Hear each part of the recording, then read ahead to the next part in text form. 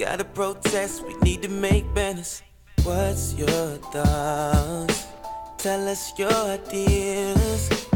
What's your thoughts? Express your opinion. You can be the one to make a difference. You can be the one, it's your decision. You can be the one, it's up to you. You gotta choose. All we gotta do is stay together. We gotta treat our women better. Teamwork, make the dream work. I'm sick of seeing RP painted on the front of a t-shirt. Instead of talking down on the next man, give him a hand and talking down. Back up. We gotta stop the hate, we gotta stop the hate and spread the love. One mic, one voice. You can change the world, it's your choice. One mic, one voice. You can change the world, it's your choice. One mic, one voice. You can change the world, it's your choice. One mic, one voice. You can change the world, it's your choice. We can make a difference if we try. We can be the change that's in our lives. All we gotta do is work together. We gotta raise our children better. We gotta stop the hate, and spread the love. One mic, one voice. You can change the world, it's your choice. One mic, one voice. You can change the world, it's your choice. One mic, one voice. You can change the world, it's your choice. One mic, one voice. You can change the world, it's your choice. Your choice.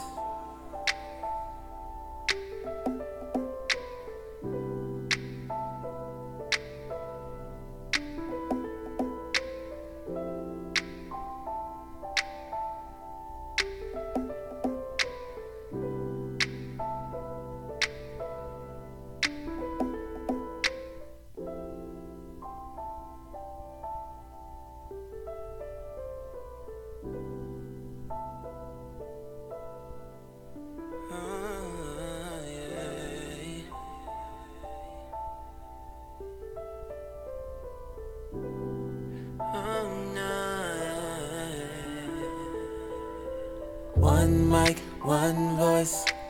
You can change the world, it's your choice. One mic, one voice. You can change the world, it's your choice. One mic, one voice. You can change the world, it's your choice. One mic, one voice. Welcome to the One Mic, One Voice show, Building the Collective Conscious, a show that is created to give space where your voice, ideas, and informed opinions can be heard, appreciated, and debated. I am Michael Eric Owens.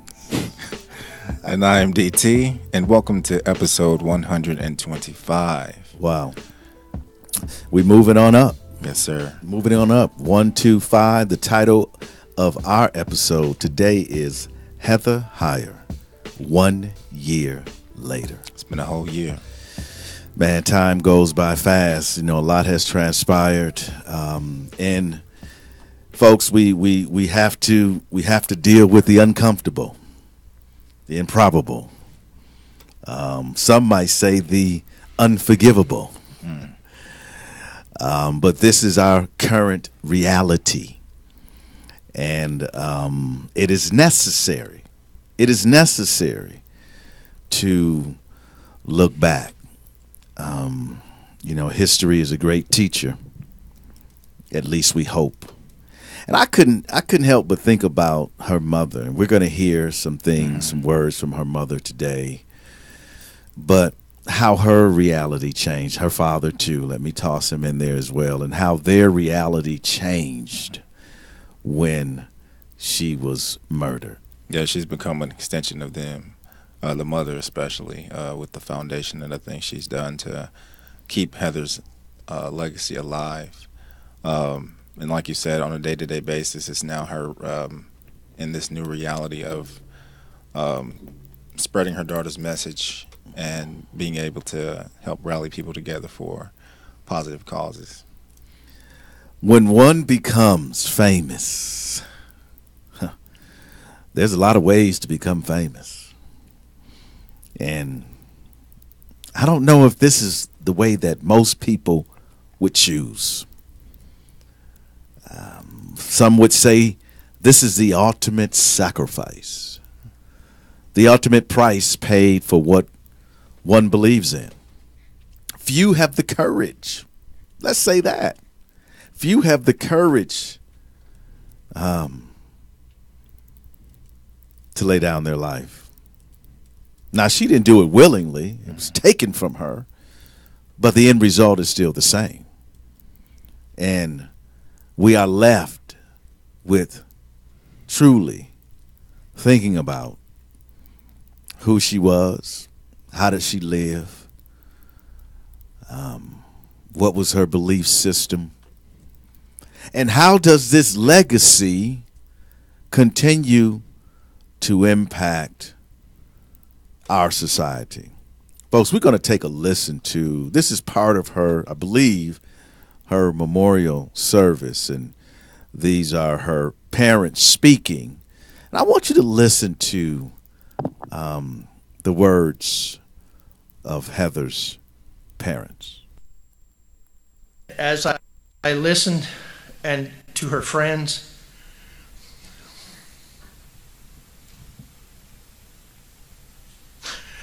and hear stories of my daughter and the way she was.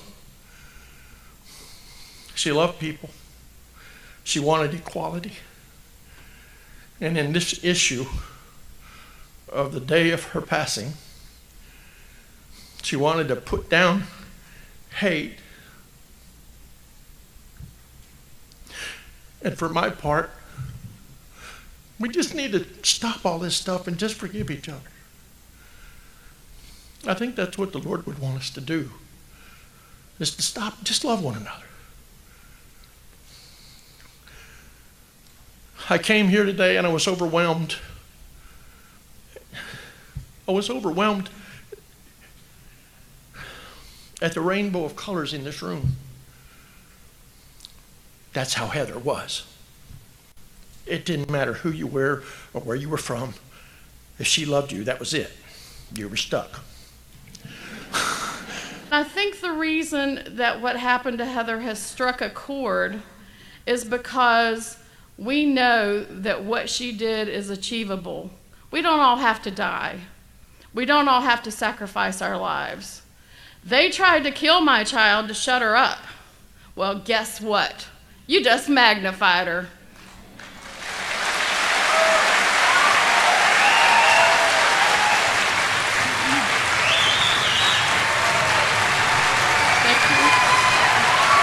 You tried to shut her up. But what you have just done, what your end result was, you didn't know. You magnified her. And the description of this woman, I mean, I've often said this, D, that everybody is great at the time of death. I begin to tell the story. A great fable. I have never been at a funeral where, people said, that was a jerk. Couldn't stand Leonard.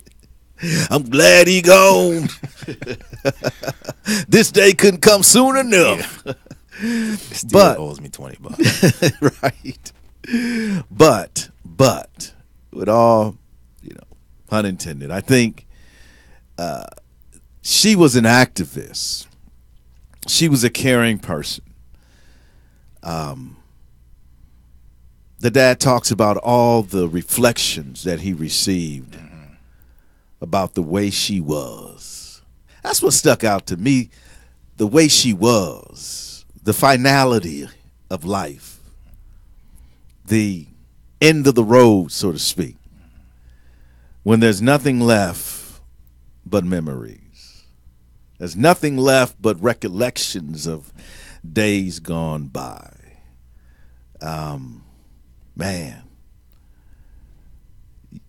that speaks to legacy.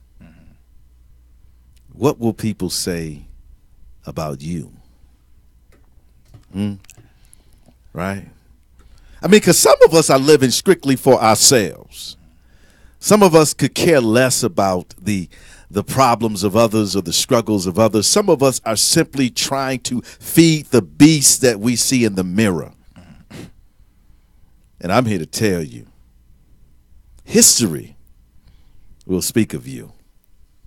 Just like history is speaking of Heather right now.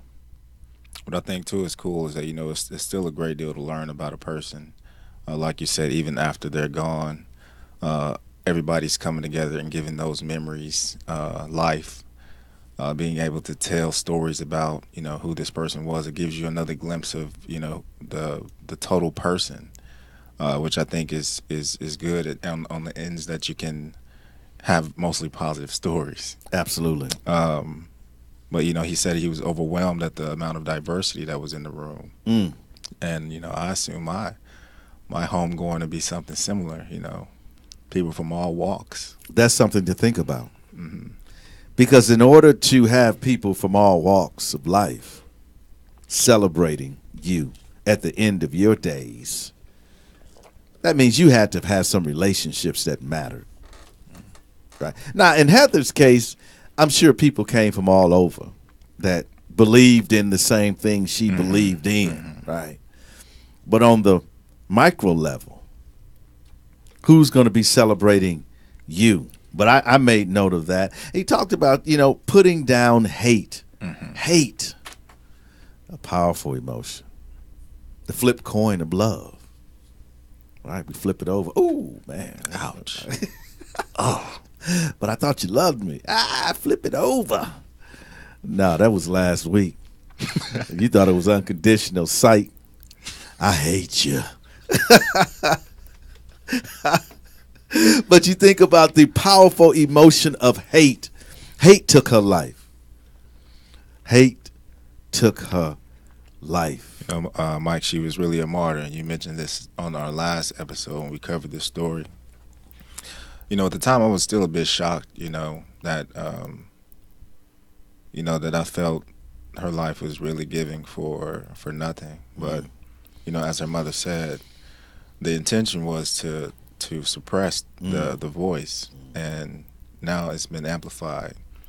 And we share in that walk with Heather and her family. We're talking about her now. That's a testament to her life and her legacy. Her mother said it is achievable. I think we forget this. The struggle is real. The struggle is in front of us. The struggle, as we talked about last week, in such a, you know, I got great feedback from that life's journey about the difficulty. The struggle is real, but folks, the victory is real.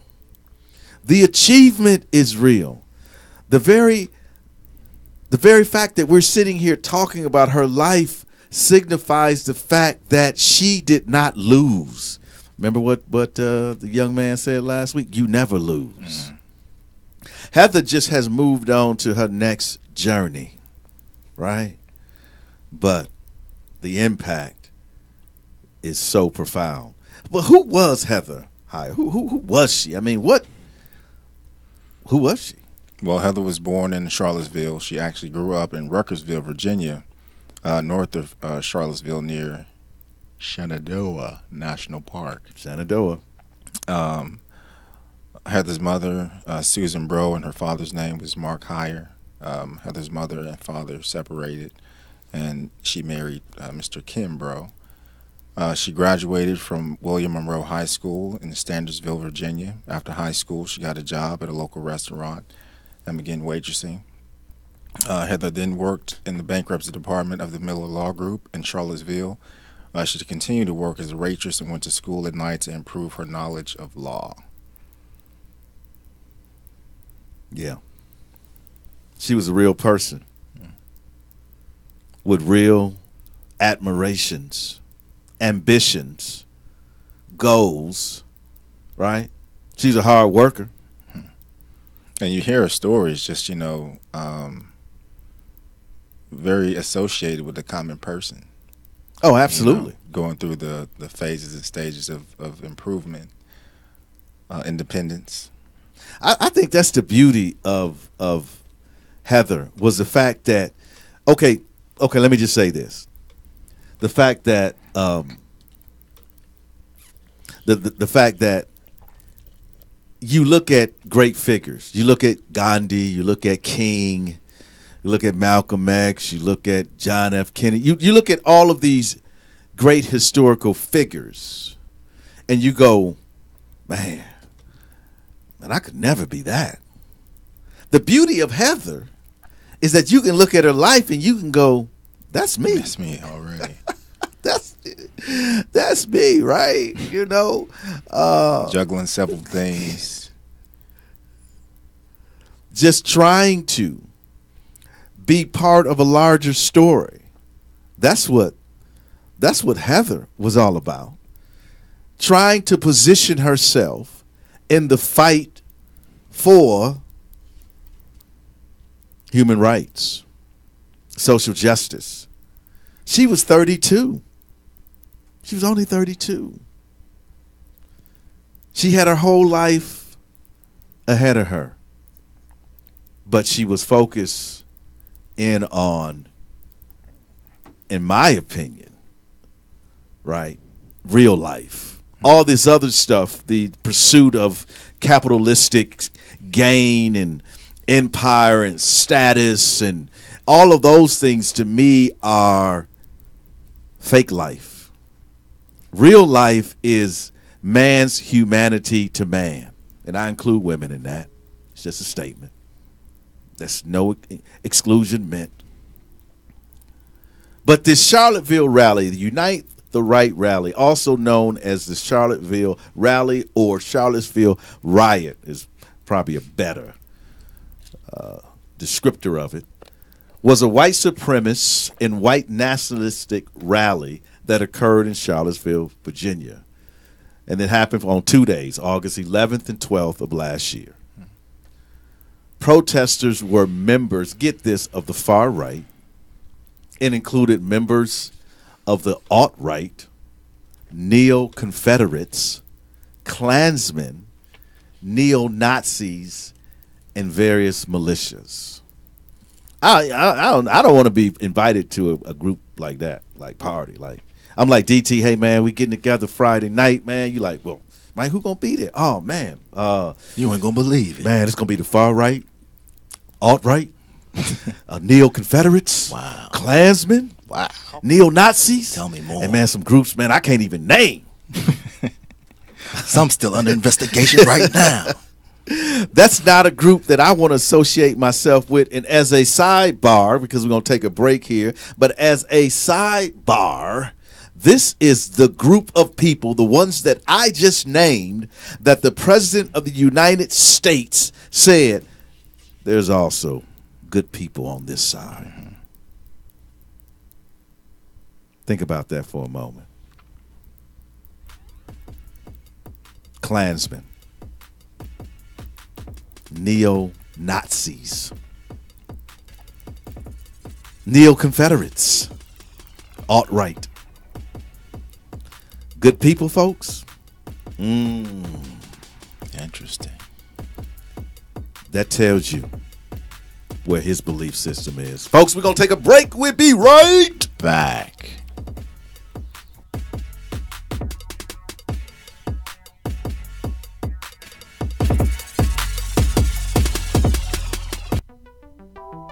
Oklahoma Humanities Brain Box podcast uses the humanities to take listeners on a deep dive into the issues affecting American society and culture. Join some of Oklahoma's most interesting and knowledgeable humanities scholars to explore how history, literature, ethics, philosophy, and other humanities fields inform our understanding of current events and the human experience. And to find the Brain Box podcast, simply search Brain Box Podcast on iTunes, Podbean, Google Play, and any other podcasting library.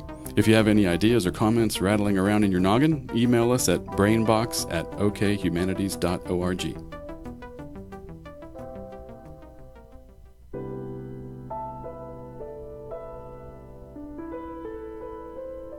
This is Dr. Laura Gillot, and when I listen to podcasts, I always listen to the One Mic, One Voice show.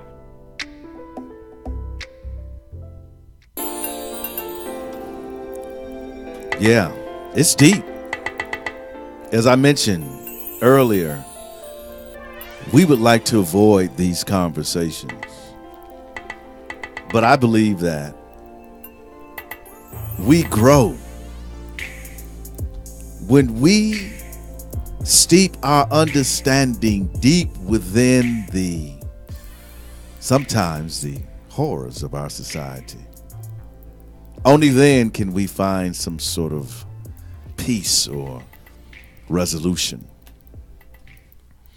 We had a question that talked about, do we know what type of punishment Heather's killer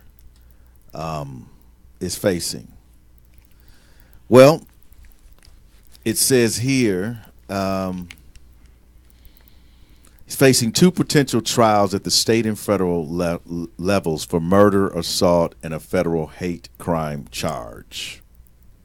So this is 1 year later. I don't even want to give this person any type of press by saying his name, but it's still, from what it says here, working itself through the court system.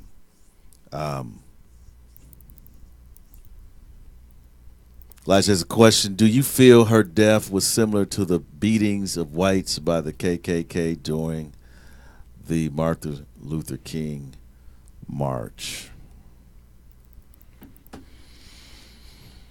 That's a good question. I definitely think there's some symbolism, but 2 separate scenarios.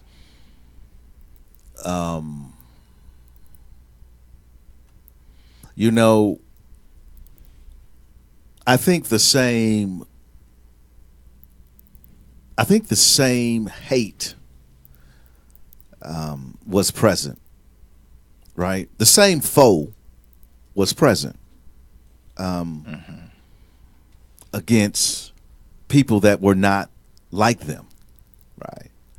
So the impetus for her death, yes, is in the same space, I would say, for those of the KKK, for the beating of whites by the KKK during MLK Day, I would say. And I do consider her a martyr for the cause. Anyone that places themselves in harm's way for social justice, for racial inequality, to stand up against hate, yeah, you are a martyr for the cause.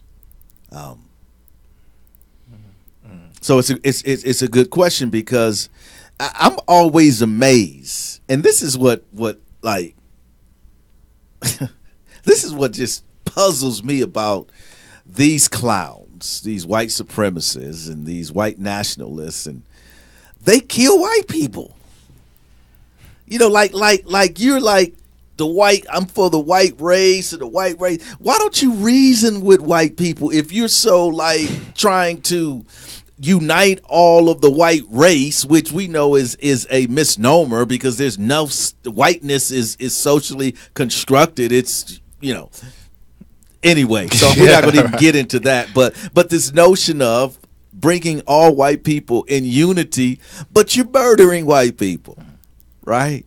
And you actually hate white people. I mean, when Heather passed, those white supremacist websites were demonizing her, but like she's like one of you, right?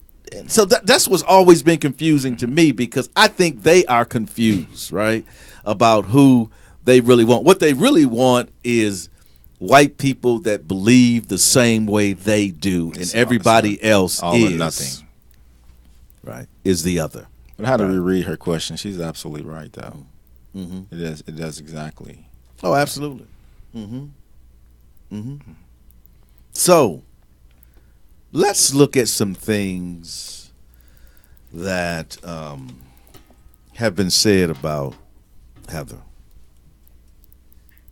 and I'm wondering if we could do a little experiment. Now, I don't want to. Just gonna have to sleep. I'm not predicting, the end of days for anyone. But maybe you could think about your own life up until this point and just say, would some of these words be echoed about you? That's the test, right? You don't have to tell me how many or, that fits me to a T. Now, you don't have to do that. I mean, this is just a self kind of evaluation. So, her mother says Heather was not about hate. Heather was about stopping hate. Heather was about bringing an end to injustice. Her mother goes on to say, I don't want her death to be a focus for more hate. I want her death to be a rallying cry for justice and equality and fairness and compassion. Wow. Like some of her friends also, Marissa Blair says she would never back down from what she believed in. That's what she died doing, fighting for what she believed in. If you knew Heather, you would know that she loves everyone and all she wants is equality for everyone, no matter who you love, no matter what color you are. Friend Alfred Winton says she was a person that was willing to work with anyone. She was a very kind, generous person and someone that actually was very opinionated and spoke up for what she believed was right. Okay. Let's go back here a second. When you look at her life, let's summarize it. She believed in justice, equality, fairness, and she was compassionate. She stood up for what she believed in. She was willing to fight for what she believed in. She loved everyone. She's a loving person. Now, again, the self-test. What about you? What about your circle? Let's reduce it to your circle of people you know, right? Would they say that you stand up for what's right? Man, I know a whole lot of people that don't. Let me repeat that. I know a whole lot of people that don't stand up for what's right and are on the side of doing people wrong. The characteristics or the attributes that we just shared about this woman's life, what I want to say to you, they are not the majority of people. They are the minority of people. I would challenge you to make a list of 25 people in your life that meet this criteria. What else do we have? We have a comment says Heather died of a heart attack and her mom admitted it on local news. Y'all should be protesting McDonald's. That woman died for no other reason than her own slovenly habits. That's what her mom says. Died and not killed. Her killer was actually a cheeseburger. See, this is what I'm talking about. See, this is the type of nonsense that I wish I had the opportunity to debate, because it's easy to hide behind a keyboard. Let me tell you how foolish this individual is. See, you typed into the wrong show. I don't know who you are, but you typed into the wrong show. And let me say this. This is how foolish you are. Because it is clear that you don't read anything. It's clear that you don't even watch anything other than that I want to say foolishness. Let me choose my words wisely because I don't need Richard to bleep me out. That foolishness that you look at. It is to me, this is typical Matter of fact, I'm glad he or she, whoever piped in, because this is typical of the sort of hatred that you have out there. Why can't you come with an even stronger argument than this childish one? Her killer was actually a cheeseburger. Man, I tell you what, don't do stand-up comedy because you wouldn't earn a dime. Go somewhere and read a book. Go somewhere and learn something. Go somewhere and become productive in society. He says he has video proof. Oh, of course he does. Of course he does. Saying she died of a heart attack. Listen, we're not gonna give this clown anymore. Your time is up. Your 2 seconds of fame is up. Let's move on. Ridiculous. That's what I'm trying to say, man. I mean, don't debate with a fool. Okay, let's move on. Where we're at here. All right, matter of fact, let's talk about let's talk about her legacy. Let's do that. Folks, listen, I want you to listen to this video, and we've already had the white nationalists come in and speak, so we're going to skip that one. We're going to go move on to this video that talks about her legacy moving forward. But before we do that, let's go ahead and take a break before we do that. And we're going to come back and look at her legacy.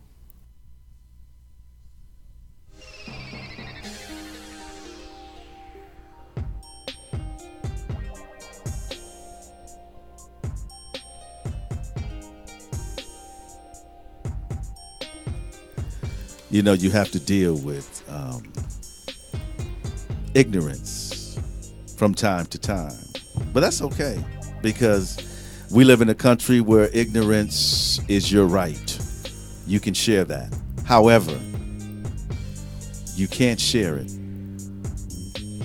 in the face of truth. Folks, take a break. We'll be right back.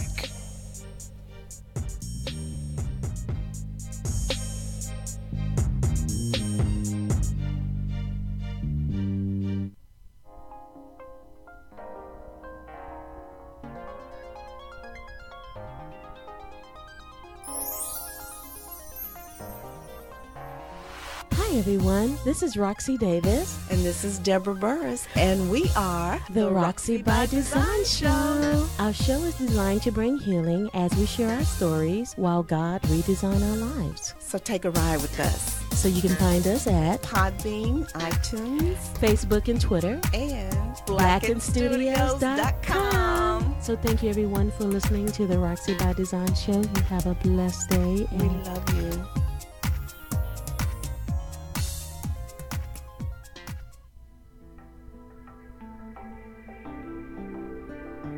This is DT of the One Mic, One Voice podcast. Just want to let you guys know you can go over to iTunes and search us at One Mic, One Voice, and be sure to rate and review our episodes. Let us know about any feedback that you have and what you enjoy about the episodes. Also, you can go over to Stitcher where you can get the latest and freshest episodes of our podcast streamed directly to your smartphone or iPad. No downloading or syncing. How cool. Real smooth. Also, we'd just like to take the time to thank you for your time and for your energy and for spending time with us as we discuss the historical record of our time.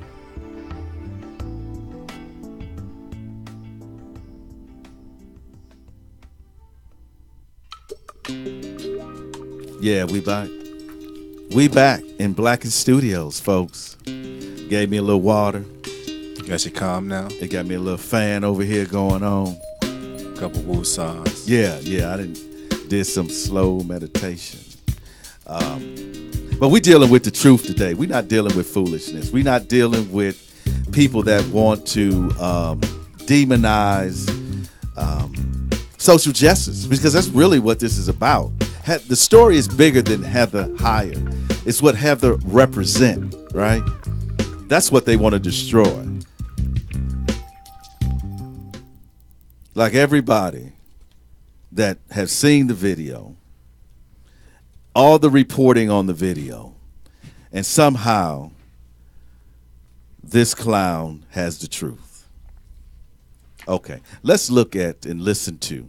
If you are one of our Patreon customers, you can watch right along with us. If you're on YouTube, you can watch it right along with us. Let's go ahead and listen to where her legacy is going to from now. Well, those images, goes without saying, will never leave the woman you're about to meet, Heather Heyer's mom, who has both the sad duty and the great privilege of carrying out her late daughter's legacy. Susan Bro now runs the Heather Heyer Foundation, a scholarship program for people with a passion for social justice. Susan, thank you so much for joining us. I know this is obviously a tough weekend. Any anniversary is difficult. First of all, just how are you holding up? How has this year been for you? I'm so busy doing interviews this weekend, I don't have much time to think. But a check came in the mail today for the estate of Heather Heyer, and those words always tear at my heart. I bawled like a baby for about 10 minutes, and then I pulled it together and said, okay, back to work.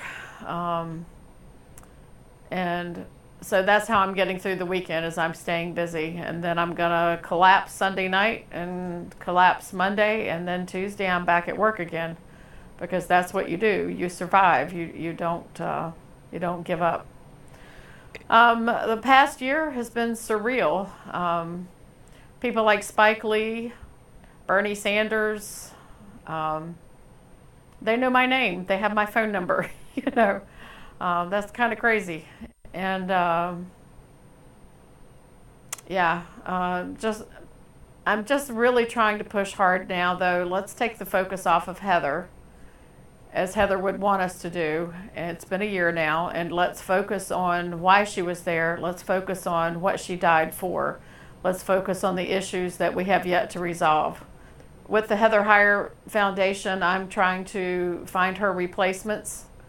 I'm trying to pass that baton off, but I also want people to focus on the fact that we need to address the racial issues in our country. I'm wondering if you feel like your eyes were opened, not by just what happened to your daughter, but by the public displays that we saw in Charlottesville last year. People, men marching through the streets with torches chanting, "Jews will not replace us," and attacking other people. That was insane. I think those of us who weren't paying attention, sadly, that was a big shock. Those who were paying attention knew it was coming. And it definitely snapped our heads around. I'm sorry that somebody had to die before we paid attention, honestly, but there are lots of people who were physically wounded, who were assaulted, who still are dealing with surgeries and still dealing with trauma, and some people will never recover from last year. And that was quite an assault on our soul as well. And hate is a nasty bit of acid to our psyche, and we really need to not have hate in our world. But the only way we're going to do that is to fix the problems. We can't just spackle this over. If we just try to cover this over, if we try to rush into healing this, we're going to be right back here in a few years. You've spent the last year carrying on Heather's legacy. You have a new foundation, the Heather Heyer Foundation, stepping into Right. to her activist shoes. What do you see? What do you want to have change? What have you been fighting for? Well, I'm looking for those kids who are already motivated for positive change, for positive nonviolent change, and I'm saying, fine, I'll help your education, I'll help your training, I'll help give you practical experience. I'm not trying to create activists. Some kids are automatically that way, and I'm looking for those kids, and we're looking to support their endeavors, to support their education, support their training. Virginia, as I said, Charlottesville are already under states of emergency. People are on edge Right. from your city, the nation's capital. What would be your message to people this weekend? Don't let your guard down. Be aware of your surroundings. You don't need to be paranoid, but you need to be aware, and there is a difference. You don't need to live in fear, but you do need to live in a little bit higher state of alert. This too shall pass, and just realize that when people hate, there are going to be problems, and there's really no place for hate. I want to ask you something that I read that, and I wasn't sure it's true. I read that you've had to keep the location of Heather's grave secret because of concern that neo-Nazis would go there and deface it. Is that true? Partly. The cemetery and I both agreed that there's no need for anybody to visit Heather's grave. They will just, even well-wishers would end up trampling other people's graves. Some mistaken person would maybe break some things or deliberately. But I will tell you that Emmett Till's marker was just recently shot up. In fact, it gets shot up on a regular basis. Violet Liuzzo's marker was not too long ago defaced. There are people in the world who will do stupid things like that. One time, I don't think it's happened again because we called him out on it, but one time there were New Testament candles, flowers, and things at Heather's memorial, and I went to visit it, and someone had urinated all over everything and had left a note saying it's okay to be white again. So yes, there are people who will do stupid things like that. So I just keep it private. The downtown memorial is where people can pay their respects. They don't need to bother her ashes. Susan Bro, I appreciate all you're doing. I appreciate you talking to us tonight. Thank you, Anderson. Well, one quick final note on the foundation that Susan Bro runs and the scholarships and sponsors. If you want help, you can donate at the... It's a beautiful thing that her mother has taken up her legacy and has translated this tragic situation, the pain that they have endured, into a very positive, I think, endeavor, and the strength of character to carry on her memory and to galvanize those that, as she said, we're not trying to create activists, but those who have it in them. I think is a beautiful thing. And we've had so much negative comments during this particular broadcast that it validates why we're doing this today. It validates where we are as a country today. Let's think about it, D. Today, Sunday, Unite the Right to, right? Rally that has indicated that about 400 demonstrators are expected in Lafayette Square, park adjacent to the White House. More than 1,500 counter protesters, 400 of them, but 1,500 counter protesters, right? It shows you, right, there more be with us than be with them. Plan to gather at various downtown locations, including the same park. And so, folks, hate is alive. Hate is alive. I mean, think about these comments about Heather, about her life, about the demonization of her and what she's done. I mean, the comments that are so insensitive speaks to where we're at as a country anyway. Heather's mother said, people should, be on alert, be aware, and watch your surroundings, because these people are out fetching for information, looking for conversations that are going on regarding this incident. And so it doesn't shock me at all that they're present. And it's just to spread hate. I mean, Elijah talks about here, I'm sorry that people have no respect for the dead and what her life stood for. You're exactly right. She goes on, these comments are the reason why I will never stop my fighting for what is right. You're exactly right. I mean, you're exactly right. I mean, hate is real, folks. And not to recognize this element in our society. And it goes back to people say, well, the president, he was just missing words. And this is what you fuel in our society when you give some sort of validity to it. Trolling is what it is. The one white supremacist said they don't understand why we care about one girl, because we care about life, we care about people, we care about social justice, we care about equality, we care about having a world that reflects the documents, a country that reflects the documents in which it was based upon, that all are created equal. That's why we care. That's what Heather represented. That's what she died for. But guess what? Even your hate today, even your caustic words today, man, they only fuel us to keep moving, right? They don't slow us down. You're predictable. You're predictable. There is nothing unique about you. You're predictable. So let's talk about for a second, unite the right to. Police are showing up in Charlottesville in overwhelming numbers. Some of the residents there are a little bit disgruntled because they feel that in response to the rally last year, there was an underwhelming response to the police presence or help assistance there. And this year there's even more people present, but the people don't feel safe still. Well, I think, number one, last year they underestimated the undercurrent of hate that's in this country, and the validation that this the policies that are coming forth out of the White House, it actually emboldened them.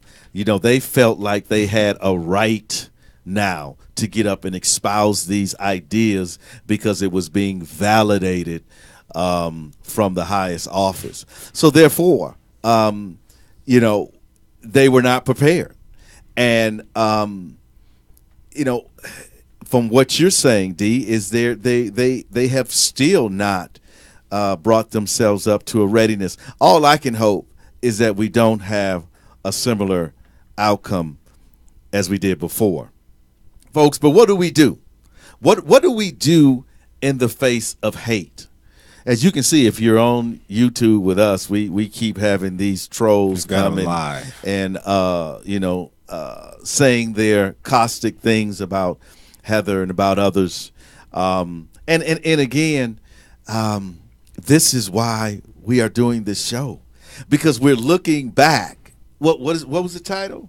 Heather Heyer, 1 year later. So we're examining, and they're validating for us that really we haven't made any progress. And I will say that the progress we have not made is simply because the person that is fueling from the going after the NFL players, from going after Maxine Waters, from the hurtful things that he said about the black community, about Mexicans, about Latinos, about women, because of this sort of caustic language that is coming out of the White House, the undercurrent of these individuals that feel like they have now someone in power that supports them, that speaks for them. That's why a year later, we have not stepped out of Charlottesville. We're situated right in the midst of that. We're going to take a break. We're going to come back. But what do we do? Well, we're going to tell you. What do we do? We're going to tell you. What do we do, Mike? Man, we're going to tell you what you need to do in the face of hatred. Folks, we'll be right back.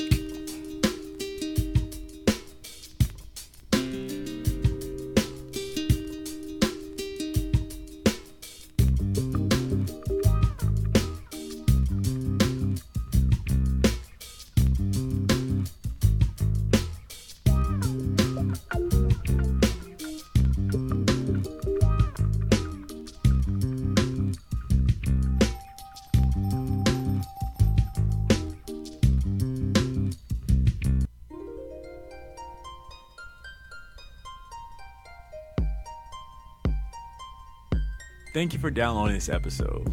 Here on iTunes, Stitcher, Podbean, Google Play Music, or whatever podcasting library you're listening to this show on, please rate and review.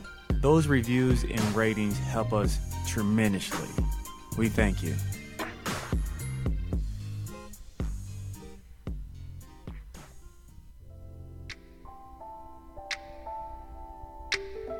This is Quraysh Ali Lansana, poet, author, educator, and Oklahoma. And when I listen to podcasts, I'm on that one mic, one voice joint.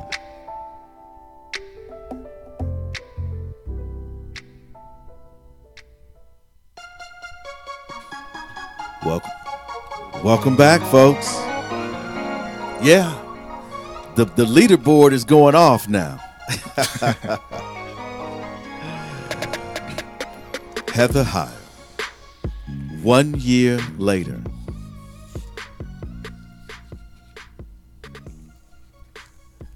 Let me say this. Hate will never win. Love wins. I believe I heard that from Dr. King. So, what do we do? And we want to walk through these. What do we do in the face of hate? And these are 10 things to do according to the Southern Law Poverty Center. Number 1, you act, right? Do something in the face of hatred. Apathy will be interpreted as acceptance by the perpetrators. That's so true. I mean, because you're silent, because you don't say anything, just like these clowns that are piping into the show today, because you don't say anything, they take that as acceptance. They take that as a victory. They take that as you're being apathetic, which is not the truth. Number 2. Join forces. Reach out to allies from churches, schools, clubs, and other civic groups. Build up those community partnerships. Create a device coalition. Include children, police, and the media. Give ideas from everyone and get everyone involved. Join forces, folks. You can't defeat hate on an island by yourself. You need like-minded people. You need people that understand that love rules.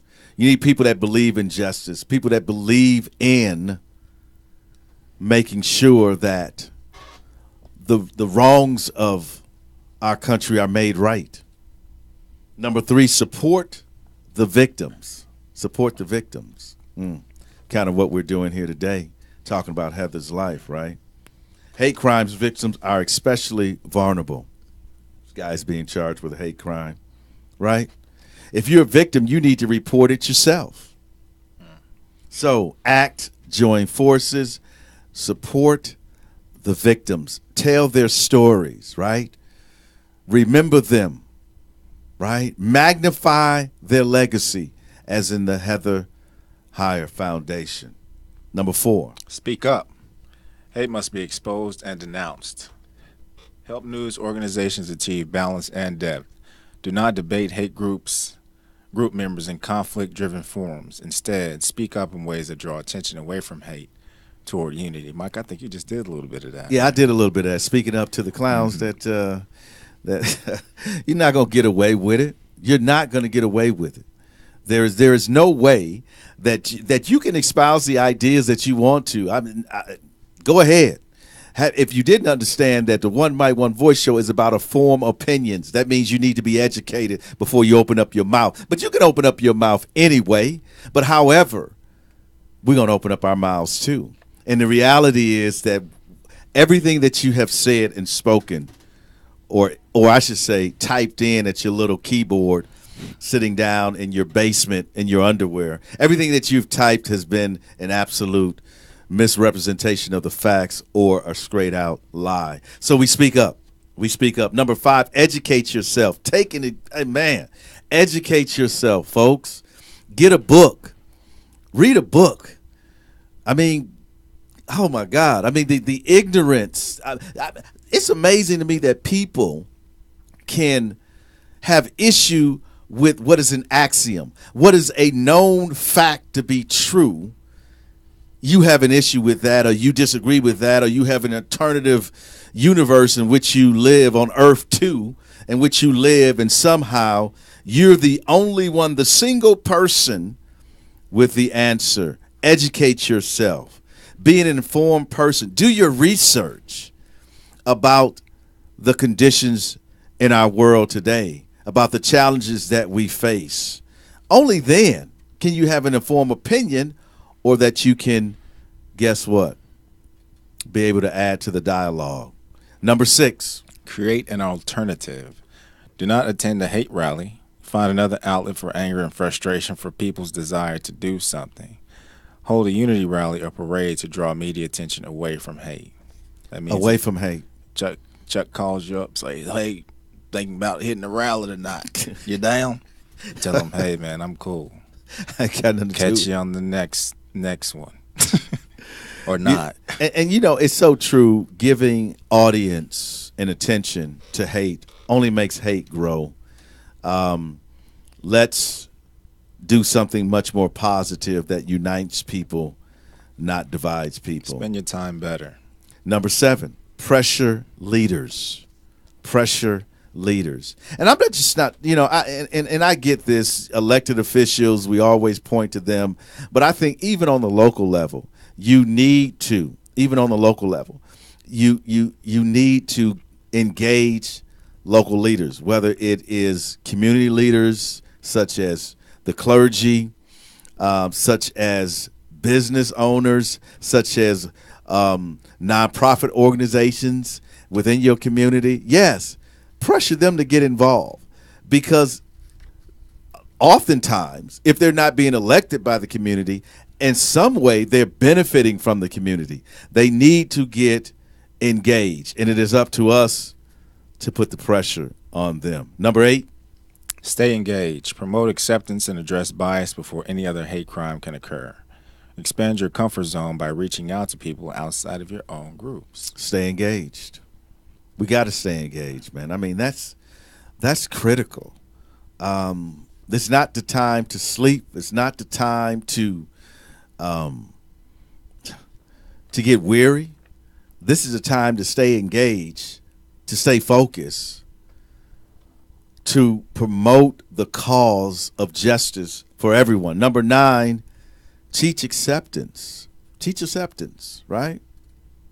And I like to say teach coexistence, not tolerance, coexistence. Teach that we all share this space together, and we all have a right to be here. We all have a right to the same equality, opportunity, access to health care, access to knowledge and education. I'm talking about coexisting with one another beyond simply acceptance and tolerance, but coexisting. And the last one, dig deeper. Look inside of yourself for biases and stereotypes. Commit to disrupting hate and intolerance at home, at school, in the workplace, and in faith communities.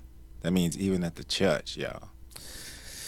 And finally, we have an advocate that broke in, black man doing what is right, peace and love. Well, we appreciate that, because we've had a lot of hate, brother. But we expect that, because when you speak the truth, when you stand for the truth, when you will not be denied your voice in this society, and you speak against those, as I want to say, those strange groups, the white nationalists, the neo-Nazis, the neo-Confederates, those militia groups that seek to not only destroy this country, but to destroy even people that look like them simply because they don't believe the same things that they do.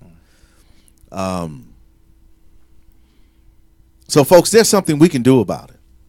And this show is not about hate. It's not about hate. Like, period. You know, you somehow you fell into these individuals that want to, I guess, monopolize the hate keyboard that they have. Maybe they hate their keyboard. Maybe they hate themselves, right? Because you can't love anyone else if you hate yourself, right? And at the base of what they believe is simply hate. As they said, Jews will not replace us during the rally last year that caused so much violence. The reality is that it's based in hate. The KKK is among those groups based in hate. Hatred of the other, hatred of what they would lose. It speaks to the fragility of the movement. The very fact that you need to hate in order to promote yourself, your inability to be true to yourself and to be a person of character and quality that you can stand up for, not only for what you believe, but not infringe upon what somebody else believes, right? To think that somehow America, I don't have enough time left here because we only have a minute or two, but I could give you a history lesson on America and how America itself, right, was created. His origin was in the demonization of black people from the continent, almost the genocide of Native American people as they took land from them. You see, hate is at the base of this country. And the reality is people like Heather Heyer, people like Doc King, people like Malcolm X, people like people like Rosa Parks have fought through the generations. Sojourner Truth. I mean, we can go all the way back to John Lynch, Harlem Revel. We can go all the way back throughout history where people have fought and wrote. Dr. Du Bois, Booker T. Washington, Marcus Garvey. I mean, we can go all the way through history and say how people, A. Philip Randolph, how people have fought against the injustice that was part of the birth of this country. Because history will speak of us. Somewhere in the distant future, a scribe will reach down deep into the archives of our time, and what will she find? Will she discover that we overcame our differences? Will she find that out of many, we became one? Or will she find that we solved nothing and remain a divided people? Yes, history will speak of us. We can beat the change that's in our lives. All we gotta do is work together. We gotta raise our children better. We gotta stop the hate, and spread the love. One mic, one voice. You can change the world, it's your choice. One mic, one voice. You can change the world, it's your choice. One mic, one voice. You can change the world, it's your choice. One mic, one voice. You can change the world, it's your choice. Your choice.